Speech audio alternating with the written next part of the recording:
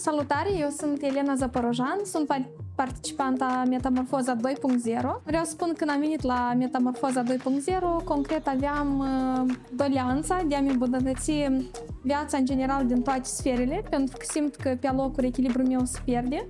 Și eu știu cum spune Alina, că nu poți mereu fi într-un echilibru, dar cel puțin să fiu cât mai aproape de acesta. Și mi-am dat seama că am multe puncte la care trebuie să lucrez și cumva abordarea Alinei în cele 8 masterclass-uri mi-a ajutat un pic, mi-a deschis ochii asupra multor puncte la care aveam convingeri mai diferite.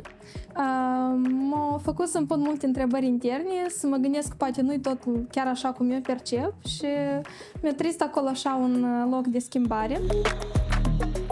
Astăzi pot spun că am înțeles că noi, ca să primim ceva bun de la viață, trebuie să fim dornici să oferim în primul rând, iar dacă nu primim înapoi, doar plecăm și găsim în altă parte ceea ce căutăm, adică să continuăm să oferim ca să primim ulterior. În general, aș recomanda acest masterclass tuturor, nu doar doamnelor, dar și bărbaților. Sunt foarte multe aspecte acolo care toți trebuie să le cunoască.